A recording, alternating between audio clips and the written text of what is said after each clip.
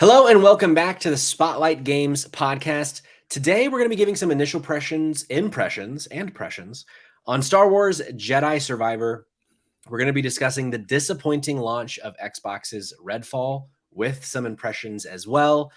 And we're going to be ranking the games in the Zelda franchise with what we're calling the Tears of the Kingdom. I'm your host, Patrick. Joining me, as always, is my sweet dumpster boy, my co-host, I just want to sometimes turn around and give him a sweet spanking on his bottom. His name is Cayman Darty. Cayman, how are you, sir? What's going on, buddy? I feel like we haven't talked a lot. I know it feels crazy. We're always doing STC together normally outside of this, and I've been a bit MIA on that show. Yeah, it's I think 3 straight weeks now we haven't had you. Yeah, we're changing that. Although we haven't talked about what the plan is for the next episode, but I am back. He is back. I am back, baby. We have a lot of video game stuff to talk about because this is the Spotlight Games podcast where each week we spotlight the latest and the greatest in the world of video games. You can get it by subscribing to our YouTube channel at Spotlight Games Pod or by searching for Spotlight Games in your favorite podcast app. And hey, you can be on the show by tuning in live as we record live Tuesdays at 8 p.m. Eastern time on twitch.tv/Spotlight Games Pod. So be sure to follow us there so you're notified when we go live so you can be part of the conversation. Cayman, we just mentioned I've been missing. I've been a boy in the shadows of Save Trash Cinema for the last few episodes. What's been going on in the world of STC? What do you have for the folks at home this week? Tell us everything. So on this week's episode, we actually had an audience submission, and we jumped forward in time to the year of 2002. I mean, most of our movies are always in like the 80s and early 90s. But no, we jumped to 2002 to cover the blood-soaked gore fest of Eli Roth's Cabin Fever. Okay. It actually ended up working out, I think, in our favor that you weren't there for that, because I don't know if you've ever seen the film, but if you haven't, I have not. Yeah, definitely it's not a movie for you. Great. Very gory. Very, very gory. This is a great episode. We had on our friend Bennett. We had on our friend Jackie. That was actually her request. She has been waiting months to come on to do that episode, and we finally got around to it. And honestly, it was a great episode. We coined our own Urban Dictionary phrase, Patrick. Ooh, mama. Yep. So if you want to know what that is, if you want to know what our new Urban Dictionary phrase is that Patrick wasn't there for, well, you're just going to have to tune into this week's episode. It is currently live everywhere. If you're watching us live on Twitch, or if you're streaming, you can just jump right on over to the feed. It's there. Hell yeah, brother. Also, our other show, Spotlight TV, you might have noticed if you're a fan of that show, my phone is making noise against my will. If you're a fan of that show, you might have been like, hey, we haven't had an episode in a while. We're taking a break. A bit too much happening in the world. So covering Succession has been put on pause. We'll be back at a later date, but we're still going to give you Spotlight Games and Save Trash Cinema every week, other than the scheduled break that we should be talking about soon. But that's separate. That's not a hiatus. That's a vacation. Cayman, what do you say we jump into the show and talk a little bit about Jedi Survivor? Cayman, I can't wait to hear your thoughts. I'm excited. So I was out of town this weekend, and the whole time I had a great time with my wife and some friends, but I was like, the whole time I'm just thinking I could be in a galaxy far, far away as Cal Kestis right now. So I got home, played a little bit on Sunday, played a little bit yesterday, played a little bit today. I've put in maybe 4 hours so far. Okay. I'm on the first big world. So I went through all the tutorial stuff. And I'll tell you what, Cayman, do games just not launch well anymore? Is that just a thing that just can't happen? Are we past a point in which a game can launch not a fucking mess? It's interesting. I actually read this article. I think it's very smart. I think it basically explained why games don't launch well on PC. And the reason being is when you're designing a game for consoles, you can design them for certain specs. But for PC, you can't really necessarily design them or optimize them for certain specs, because your average PC player has a very ranging array of components that they've used to build out their gaming PC, right? Some are going to have certain hard drives, some are going to have certain, whatever those fucking graphics cards are called. I don't fucking know. Something you do your taxes with and play on Excel with. I don't know. PCs are for nerds.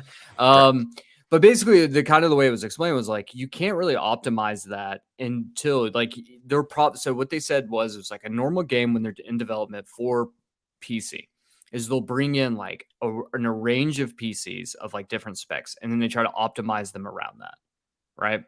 Sure. However, you can't hit all of them. And so there's just going to be shit. And then the thing, consoles the same way, is like players are just going to do certain things certain ways and break games. And that's why patches come out and stuff like that.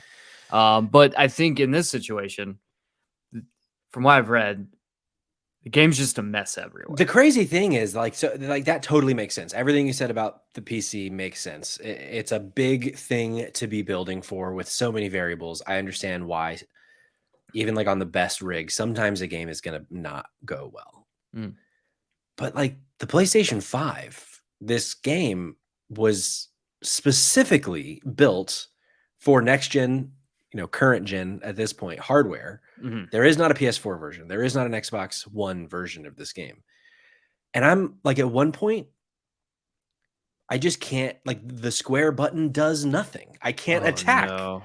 I had to start the game over. I had to completely close it out and come back. About 20 minutes later, no sound. Everything is gone. I can't hear music. I can't hear. And I'm like, maybe it's like an HDMI issue. So I press the PlayStation button and I hear the PlayStation sound come through. It's like, oh, okay. So it's not the PlayStation, it's the game. There's also this other thing where like, it only happened to me once, but I was reading online. Apparently this is a pretty common bug where this like halo effect happens around Cal and BD1, where like, it's almost like they're like not even glowing, but I don't know. It's like this weird thing. That one, it came and it went. But like, this game was delayed, and the original game came out and was famously a mess with bugs. So much so that it completely like was an anchor on or a weight on the launch of that game. And like to this day, several years later, we're still talking about how the game is amazing, but man, that launch was bad. I would have, if I could have bet on one thing, Cayman, it's that this game would not come out a buggy mess. And it's like in ways worse than the launch of Fallen Order. And that is just unacceptable. Like, delay it more. Yeah. Because it's not, the craziest thing to me about it was listening to other people that have been playing the game and reviewing the game on like really souped up PCs and it not working well. It's like, that's just like, it's like a paradox in my brain. Like, it doesn't make sense. Like, if a computer is so powerful and has the best of the line hardware, how is it performing worse in that than in something else? But it's like, it's a shame, because I think the game is amazing.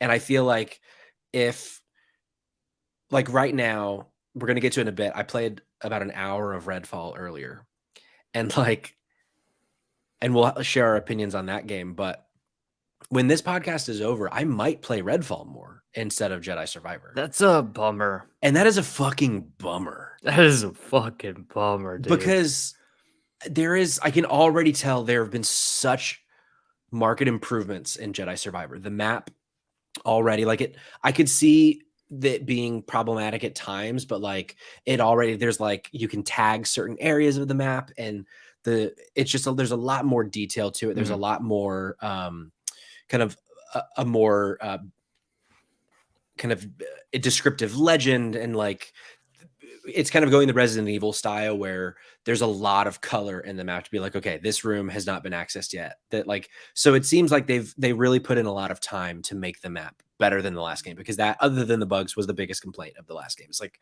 it was really hard to navigate.